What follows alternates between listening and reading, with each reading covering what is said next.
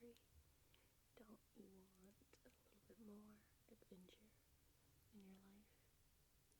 Join me as I read you to sleep, as we solve together the secret of chimneys.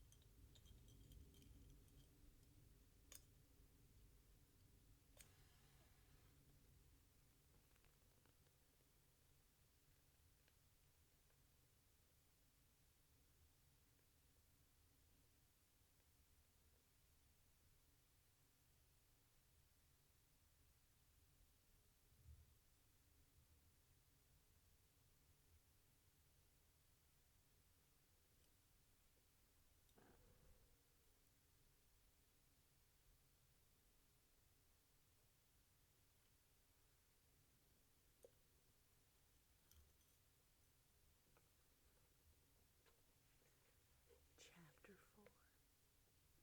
Introducing a very charming lady. George Lomax returned straight away to Whitehall. As he entered the sumptuous apartment in which he transacted affairs of the state, there was a scuffling sound.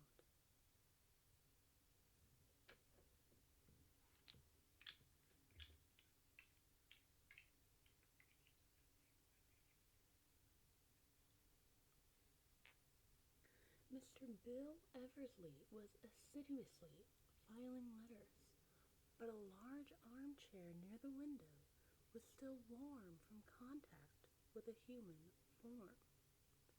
A very likable young man, Bill Eversley, age at a guess 25, big and rather ungainly in his movements, a pleasurably ugly face, a splendid set of white teeth, and a pair of honest brown eyes. Richardson sent up that report yet? No, sir. Shall I get on him about it? It doesn't matter. Any telephone messages? Miss Oscar is dealing with most of them. Mr. Isaacstein wants to know if you can dine with him at the Savoy tomorrow. Tell Miss Oscar to look up in my engagement book. If I'm not engaged, she can ring up and accept. Yes, sir. By the way, Eversley, you might ring up a number for me now.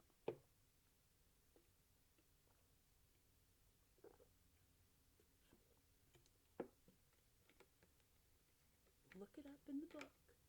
Mrs. Ravel, 487 Point Street.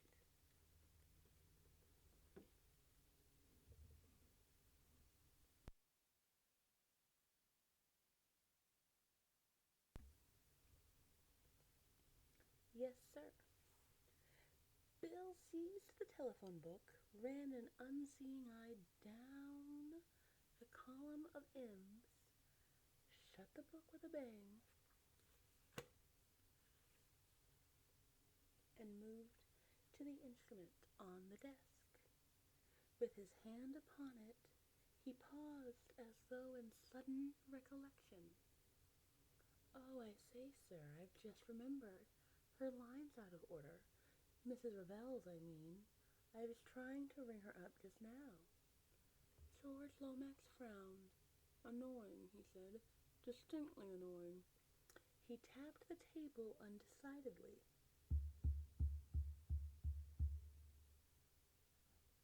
If it's anything important, sir, perhaps I might go round there now in a taxi.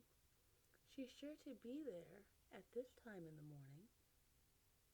George Lomax hesitated, pondering the matter. Bill waited expectantly, poised for instant flight, should the reply be favorable. Perhaps that would be the best plan, said Lomax at last. Very well, then, take a taxi there and ask Mrs. Revell if she will be at home this afternoon at 4 o'clock, as I am very anxious to see her about an important matter. Right, sir. Bill seized his hat and departed. 10 minutes later, a taxi deposited him at 487 Pont Street. He rang the bell and executed a loud rat-tat on the knocker. The door was opened by a grave functionary to whom Bill nodded with the ease of long acquaintance.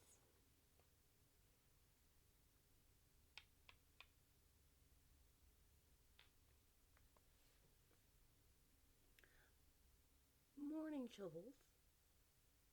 Mrs. Revelin, I believe, sir, that she is just going out. Is that you, Bill? Called a voice over the banisters. I thought I recognized that muscular knock. Come up and talk to me. Bill looked up at the face that was laughing down at him, and which was always inclined to reduce him, and not him alone, to a state of babbling incoherency. He took the stairs two at a time, and clasped Virginia Revel's outstretched hands tightly in his. Hello, Virginia. Hello, Bill. Charm is a very peculiar thing. Hundreds of young women, some of them more beautiful than Virginia Revel, might have said, "Hello, Bill," with the same intonation, and yet have produced no effect whatever. But those simple words, uttered by Virginia, had the most intoxicating effect upon Bill. Virginia Revel was just 27. She was tall and of an exquisite slimness. Indeed, a poem might have been written to her. Her slimness. It was so exquisitely proportioned. I'm sorry, it threw me. The fact that the poem was about her slimness really threw me for a second. Excuse me. Here we go again. Indeed, a poem might have been written to her slimness. It was so exquisitely proportioned. Her hair was of real bronze, with the greenish tint in its gold. She had a determined little chin, a lovely nose, slanting blue eyes that showed a gleam of deepest cornflower between the half-closed lids, and a delicious and quite indescribable mouth that tilted ever so slightly at one corner in what is known as the signature of Venus. It was a wonderfully expressive face, and there was a sort of radiant vitality about her that always challenged attention. It would have been quite impossible to ever ignore Virginia Revel. She drew Bill into the small drawing room, which was all pale and mauve and green and yellow, like crocuses surprised in a meadow. Bill, darling, isn't the foreign fairs missing you? Said Virginia. I thought they couldn't get on without you. I've brought a message for you from Cotter's. Thus irreverently did Bill allude to his chief. And by the way, Virginia, in case he asks, remember that your telephone was out of order this morning. But it hasn't been. I know that. But I said it was. Ooh, scandalous. Why, enlighten me as to this foreign office touch. Bill threw her a reproachful glance.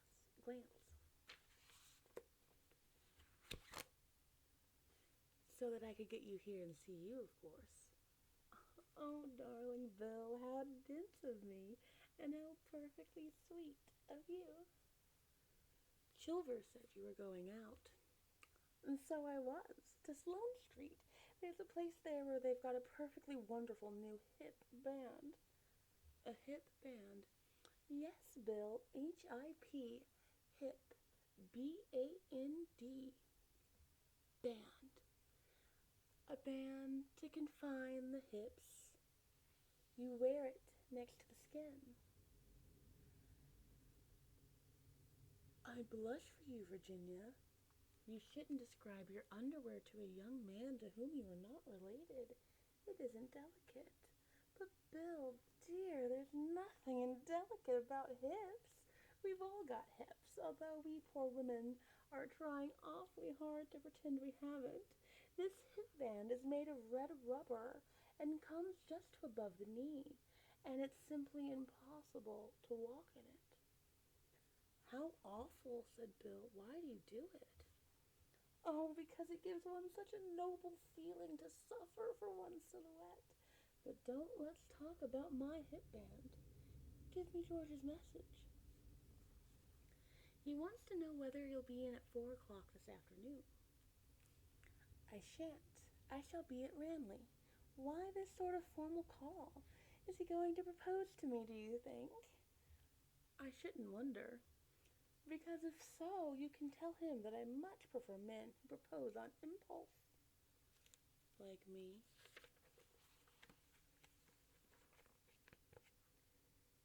It's not an impulse with you, Bill.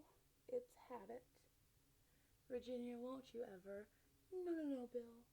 I won't have it in the morning before lunch. Do try and think of me as a nice motherly person approaching middle age who has your interests thoroughly at heart. Virginia, I do love you so. I know, Bill, I know.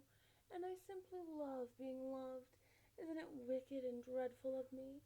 I should like every nice man in the world to be in love with me. Most of them are, I expect, said Bill gloomily. But I hope George isn't in love with me. I don't think he can be. He's so wedded to his career. What else did he say? Just that it was very important. Bill, I'm getting intrigued. The things that George thinks important are so awfully limited. I think I must chuck Ranelagh. After all, I can go to Ranelagh any day. Tell George that I shall be awaiting him meekly at 4 o'clock. Bill looked at his wristwatch. It seems hardly worthwhile to go back before lunch. Come out and choose something, Virginia. I'm going out to lunch somewhere or other. That doesn't matter. Make a day of it and chuck everything all around. It would be rather nice, said Virginia, smiling at him. Virginia, you're a darling. Tell me you do like me, rather, don't you? Better than other people. Bill, I adore you. If I had to marry someone, simply had to. I mean, if it was in a book and a wicked mandarin said to me, marry somebody or die by slow torture, I should choose you at once. I should indeed. I should say, give me little Bill. Well then, yes, but I haven't got to marry anyone. I love being a wicked widow. You could do all the same things still, go about and all that. You'd hardly notice me about the house. Bill, you don't understand. I'm the kind of person who marries enthusiastically, if they marry at all. Bill gave a hollow groan. I shall shoot myself one of these days, I expect, he murmured gloomily. No, you won't, Bill, darling. You'll take a pretty girl out to supper, just like you did the night before last. Mr. Eversley was momentarily confused. If you mean Dorothy Kirkpatrick, the girl who's in Hooks and Eyes, well, dash it all, she's a thoroughly nice girl, straight as they make 'em. There was no harm in it. Bill, darling, of course there wasn't. I love you to enjoy yourself, but don't pretend to be dying of a broken heart. That's all. Mr. Eversley recovered his dignity. You don't understand at all, Virginia, he said severely. Men are polygamous. I know they are. Sometimes I have a shrewd suspicion that I am polyandrous. If you really love me, Bill, take me out to lunch quickly. And that was the end of chapter 4. So I'm going to go right into chapter 5, First Night in London, because I'm kind of obsessed with Virginia Revel. But to be fair, everyone's obsessed with Virginia Revel.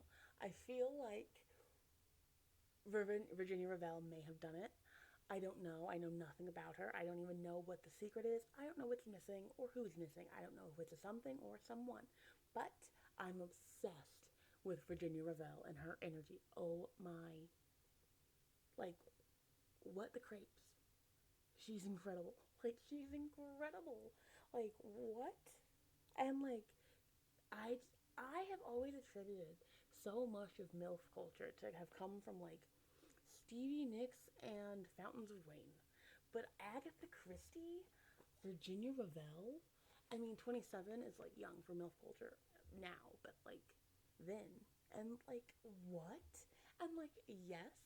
And it reminds me, and this is going to sound really weird, but it reminds me of my grandmother. So, family lore drop coming one of these days, right? Because, like, that is, like, an insane thing to say, but she was born in 1923, my grandmother. And she's been dead for, like, since I was, like, 7. So, that's not funny that she's dead, but I'm laughing about it. You know, I'm up late, and I'm reading, and you know, at the first couple of chapters, I wasn't super into this, and I'd been stressing, because I was, like, really not meeting my reading goals for the year. I was, like, really behind, especially compared to last year, but chapter 3, like, really,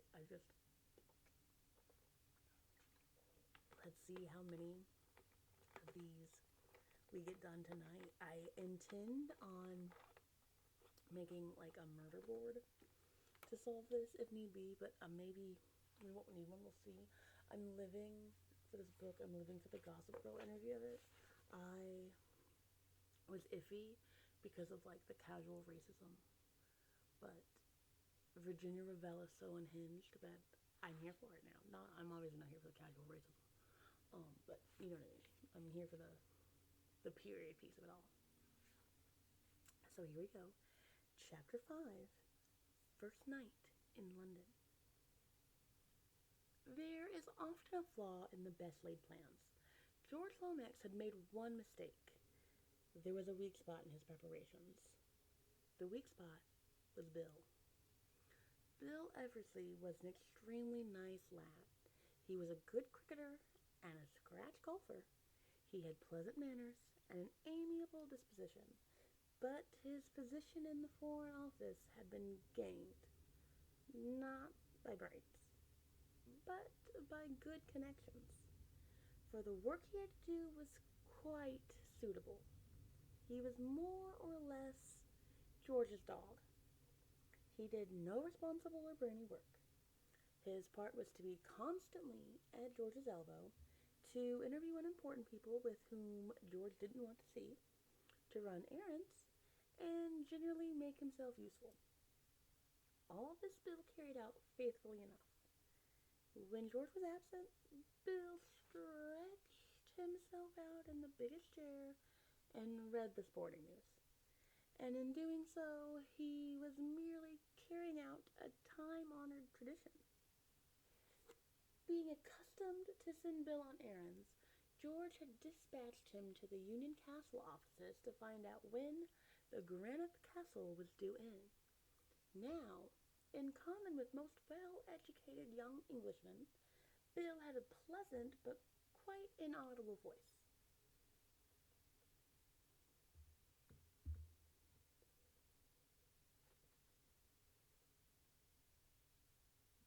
Any elocution master would have found fault with his pronunciation of the word granite, and maybe mine too. It might have been anything. The clerk took it to be Carnfray. The Carnfray Castle was due on the following Thursday. He said so. Bill thanked him and went out. George Lomax accepted the information and laid his plans accordingly. He knew nothing about Union Castle liners and took it for granted that James McGrath would duly arrive on Thursday. Therefore, at the moment he was buttonholing Lord Caterham on the steps of the club on Wednesday morning, he would have been so greatly surprised to learn that the Granite Castle had docked at Southampton the preceding afternoon. At 2 o'clock that afternoon, Anthony Cade, traveling under the name of Jimmy McGrath, stepped out of the boat train at Waterloo, hailed a taxi, and after a moment's hesitation, ordered the driver to proceed to the Blitz Hotel. "One might as well be comfortable," said Anthony to himself, as he looked with some interest out of the taxi windows. It was exactly 14 years since he had been in London. He arrived at the hotel, booked a room, then went for a short stroll along the embankment. It was rather pleasant to be back in London again. Everything was changed, of course. There had been a little restaurant there, just past Blackfriars Bridge, where he had dined fairly often, and in company with other earnest lads. He had been a socialist then, and worn a flowing red tie. Young, very young. He retraced his steps back to the Blitz. Just as he was crossing the road, a man jostled against him, nearly making him lose his balance. They both recovered themselves, and the man muttered an apology, his eyes scanning Anthony's face narrowly. He was a short, thick-set man of the working classes, with something foreign in his appearance. On that note, I'm getting a drink of water.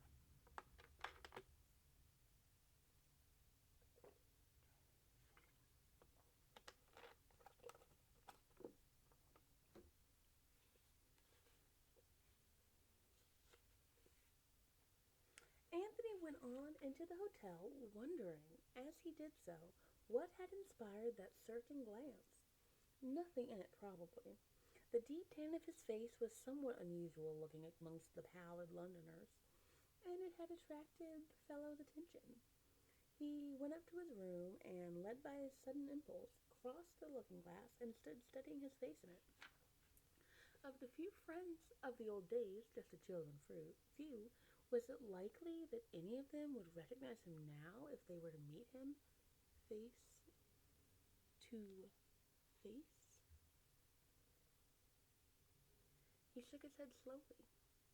When he had left London, he had been just 18, a fair, slightly chubby boy with a misleading, seraphic expression. Small chance that the boy would be recognized in the lean, brown-faced man with the quizzical expression. The telephone beside the bed rang. Ring, ring. And Anthony crossed to the receiver. Hello. The voice on the desk clerk answered him. Mr. James McGrath? Speaking. A gentleman has called to see you. Anthony was rather astonished. To see me? Yes, sir. A foreign gentleman. What's his name? There was a slight pause, and then the clerk said, I'll send up a page boy with his card. Anthony replaced the receiver and waited. In a few minutes there was a knock on the door, and a small page appeared bearing a card upon the salver. Anthony took it. The following was the name engraved upon it. Baron Lillopretzeld. He now fully appreciated the desk clerk's pause. For a moment or two he stood studying the card, and then made up his mind. Show the gentleman up. Very good, sir. In a few minutes the Baron Lillopretzeld was ushered into the room, a big man with an immense fan-like black beard, and a high, bald forehead. He brought his heels together with a click and bowed.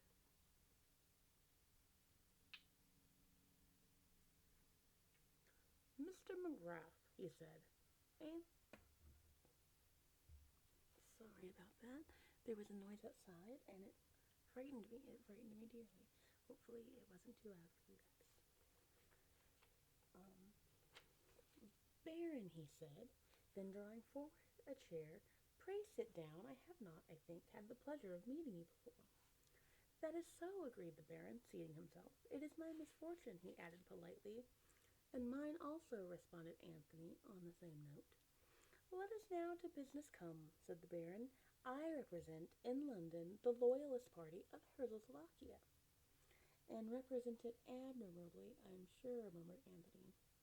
The Baron bowed in acknowledgment of the compliment. You are too kind, he said stiffly. Mr. McGrath, I will not from you conceal anything. The moment has come for the restoration of the monarchy, in abeyance since the martyrdom of his most gracious Majesty King Nicholas IV of blessed memory. Amen, murmured Anthony. I mean, hear, hear. On the throne will be placed His Highness Prince Michael, whose support of the British government has. Splendid, said Anthony. It is very kind of you to tell me all this. Everything arranged is, when you come here to trouble make. The Baron fixed him with a stern eye. My dear Baron, protested Anthony. Yes, yes, I know what I'm talking about. You have with you the memoirs of the late Count Stipletich. He fixed Anthony with an accusing eye. And if I have, what have the memoirs of Count Stipletich to do with Prince Michael? They will cause scandal. Most memoirs do that, Anthony said soothingly. Of many secrets he the knowledge had. Should he reveal but the quarter of them, Europe into war plunged, maybe. Come, said Anthony. That the Obolovitch may have been a trifle high-handed now and again, it runs in the blood. But people in England expect that sort of thing from the Balkans. I don't know why they should, but they do. You do not understand, said the Baron. You do not understand at all, and my lips sealed are, he sighed. What exactly are you afraid of? Asked Anthony. Until I have read the memoirs, I do not know, explained the Baron simply, but there is sure to be something. These great diplomats are always indiscreet. The apple cart upset will be, as the saying goes. Look here, said Anthony kindly, I'm sure you're talking altogether too pessimistic. You're taking altogether too pessimistic a view of the thing. I know all about publishers. They sit on manuscripts and hash them like eggs. It'll be at least a year before the thing is published. Either a very deceitful or a simple young man you are. All is arranged for the memoirs in a Sunday newspaper to come out immediately. Oh. Anthony was somewhat taken aback. But you can always deny everything, he said hopefully. The Baron shook his head sadly. No. Through the hat you talk. Let us to business come. 1,000 pounds you are to have, is it not so? You see, I have good information got. I certainly congratulate the intelligence department of the Loyalists. Then I to you offer 1,500. Anthony stared at him in amazement, then shook his head ruefully. I'm afraid it can't be done, he said with regret. Good. I to you offer 2,000. You tempt me, Baron, you tempt me, but I still say it can't be done. Your own price name, then. I'm afraid you don't understand the position. I'm perfectly willing to believe that you are on the side of the angels, and that these memoirs may damage your cause. Nevertheless, I've undertaken the job, and I've got to carry it through. See, I can't allow myself to be bought off by the other side. That kind of thing isn't done. The Baron listened very attentively. At the end of Anthony's speech, he nodded his head several times. I see. Your honor as an English gentleman it is? Well, we don't put it that way ourselves, said Anthony, but I dare say, allowing for a difference in vocabulary, that we both mean much the same thing. The Baron rose to his feet. For the English honor I much respect have, he announced. We must try another way. I wish you good morning. He drew his heels together, clicked, bowed, and marched out of the room, holding himself stiffly erect. Now I wonder what he meant by that, mused Anthony. Was it a threat? Not that I'm in the least afraid of old Lollipop. Rather a good name for him that way. That, by the way, I shall call him Baron Lollipop. He took a turn or two up and down the room, undecided on his next course of action. The date stipulated upon for delivering the manuscript was a little over a week ahead. Today was the 5th of October. Anthony had no intention of handing it over before the last moment.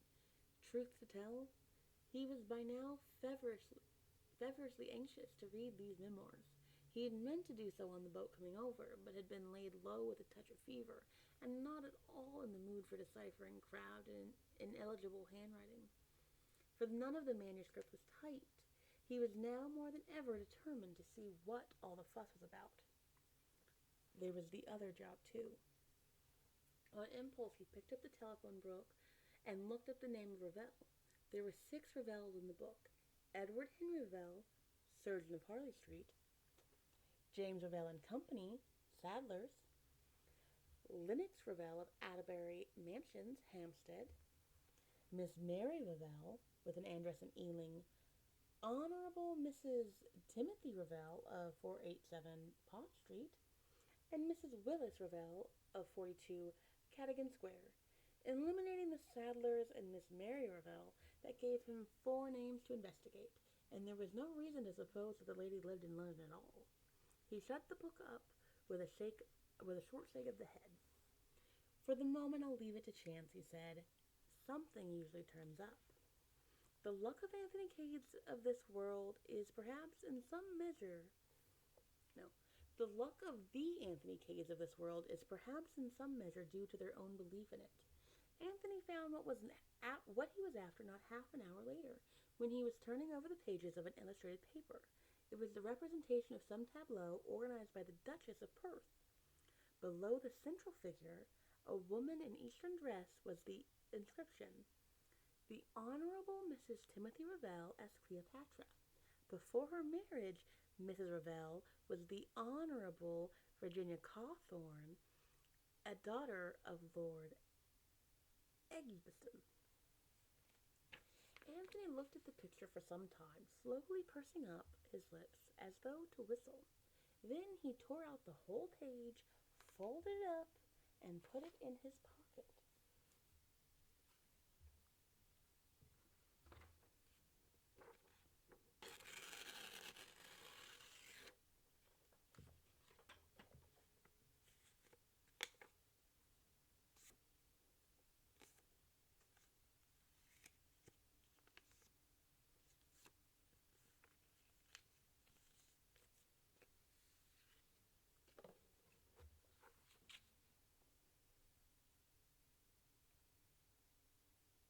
He went upstairs again, unlocked his suitcase, and took out the packet of letters.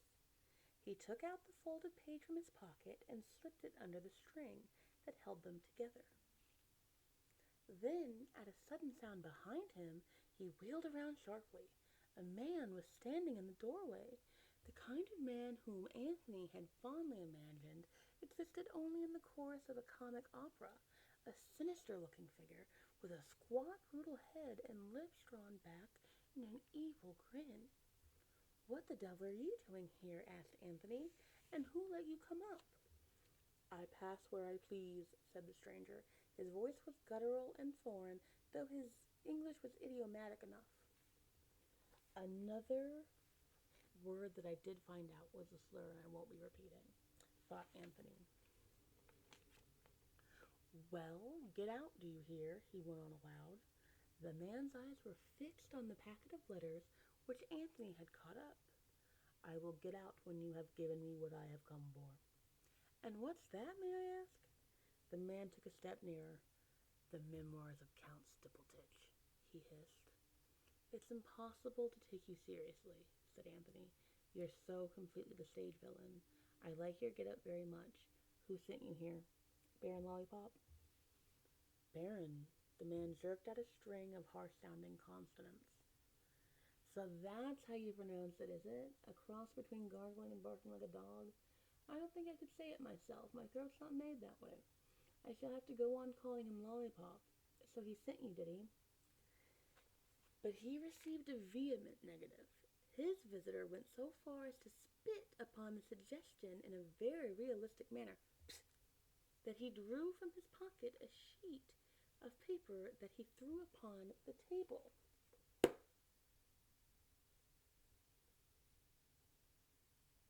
"Look," he said. "Look and tremble, accursed Englishman." Anthony looked with some interest, not troubling to fulfill the latter part of the command. On the paper was traced the crude design of a human hand in red. "It looks like a hand," he remarked, "but if you say so, I'm quite prepared to admit that it's a cubist picture of sunset at the North Pole." "It is the sign of the comrades of the Red Hand. I am a comrade of the Red Hand." "You don't say so," said Anthony, looking at him with much interest. "Are there others all like you? I don't know what the Eugenic Society would have to say about it." The man snarled angrily. "Dog," he said, "worse than dog. Paid slave of an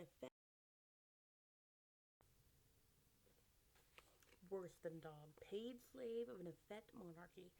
Give me the memoirs, and you shall go unscathed. Such is the clemency of the Brotherhood." "It's very kind of them, I'm sure," said Anthony, "but I'm afraid that both they and you are laboring under a misapprehension. My instructions are to deliver the manuscript, not to your amiable society, but to a certain firm of publishers." "Pah," laughed the other. "Do you think you will ever be permitted to reach that office alive? Enough of this fool's talk. Hand over the papers or I shoot." He drew a revolver from his pocket and brandished it in the air. But there he had misjudged his Anthony Kate. He was not used to men who could act as quickly, or quicker than they could think. Anthony did not wait to be covered by the revolver. Almost as soon as the other got it out of his pocket, Anthony had sprung forward and knocked it out of his hand. The force of the blow sent the man swinging around so that he presented his back to his assailant. The chance was too good to be missed. With one mighty, well-directed kick, Anthony sent the man flying through the doorway into the corridor, where he collapsed in a heap. Anthony stepped out after him, but the doughty comrade of the red hand had had enough. He got nimbly to his feet and fled down the passage. Anthony did not pursue him, but went back to his own room. "So much for the comrades of the red hand," he remarked. "Picturesque appearance, but easily routed by direct action. How the hell did that fellow get in, I wonder? There's one thing that stands out pretty clearly. This isn't going to be quite such a soft job as I thought. I've already fallen foul of both the Loyalist and the Revolutionary parties. Soon, I suppose, the Nationalist and the Independent Liberals will be sending up a delegation. One thing's fixed. I start on that manuscript tonight." Looking at his watch, Anthony discovered that it was nearly 9 o'clock, and he decided to dine where he was. He did not anticipate any more surprise visits, but he felt that it was up to him to be on his guard. He had no intention of allowing his suitcase to be rifled whilst he was downstairs in the grill room. He rang the bell and asked for the menu, selected a couple of dishes, and ordered a bottle of Bordeaux. The waiter took the order and withdrew. Whilst he was waiting for the meal to arrive, he got out the package of manuscript and put it on the table with the letters. There was a knock at the door, and the waiter entered with a small table and the accessories of the meal. Anthony had strolled over to the mantelpiece. Standing there with his back to the room, he was directly facing the mirror, and idly glancing in it, he noticed a curious thing. The waiter's eyes were glued on the parcel of manuscript. Shooting little glances sideways at Anthony's immovable back, he moved softly round the table. His hands were twitching, and he kept passing his tongue over his dry lips.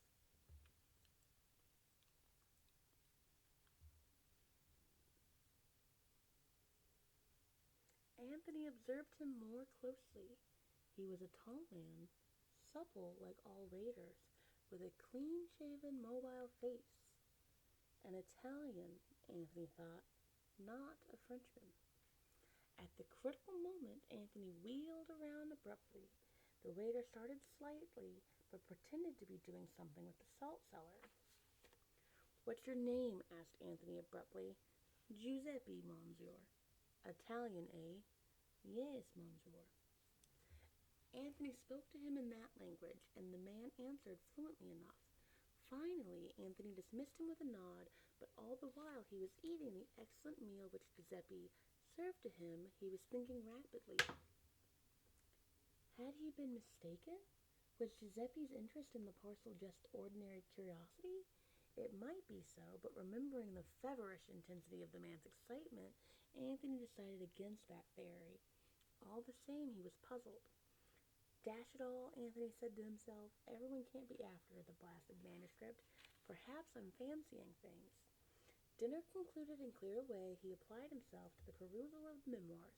Owing to the ineligibility of the late Count's handwriting, the business was a slow one.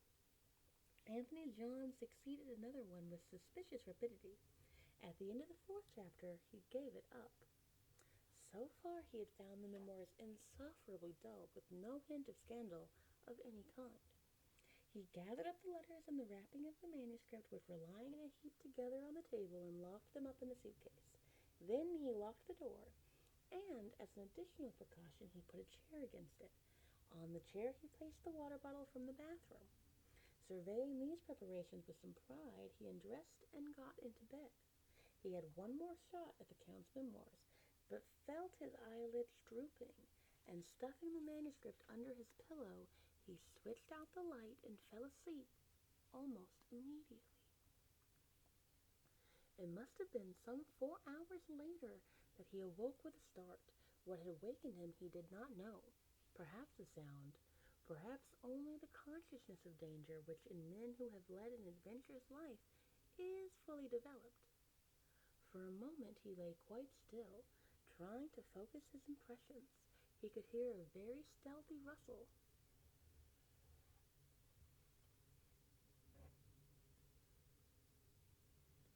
And then he became aware of a denser blackness somewhere between him and the window, on the floor, by the suitcase. With a sudden spring, Anthony jumped out of bed, switching the light on as he did so.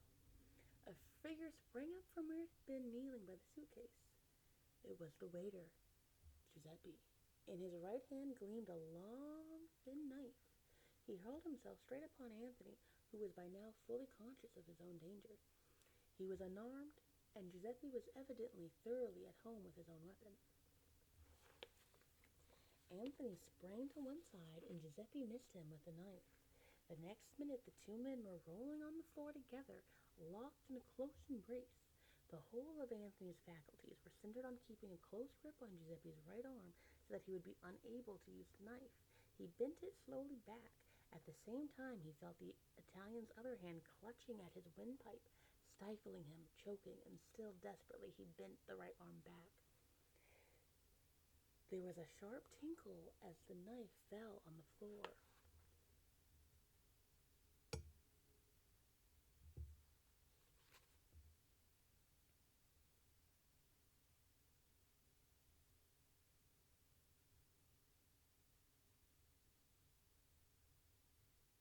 At the same time, the Italian extricated himself with a swift twist from Anthony's grasp.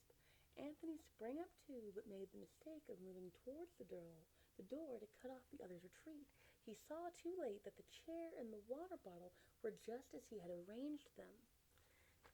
Giuseppe had entered by the window, and it was the window he made for now. In the instant's respite given him by Anthony's move toward the door, he had sprung out on the balcony, leaped over the adjoining balcony, and had disappeared through the adjoining window. Anthony knew well enough that it was of no use to pursue him. His way of retreat was doubtless fully assured. Anthony would merely get himself into trouble. He walked over to the bed, thrusting his hand beneath the pillow and drawing out the memoirs.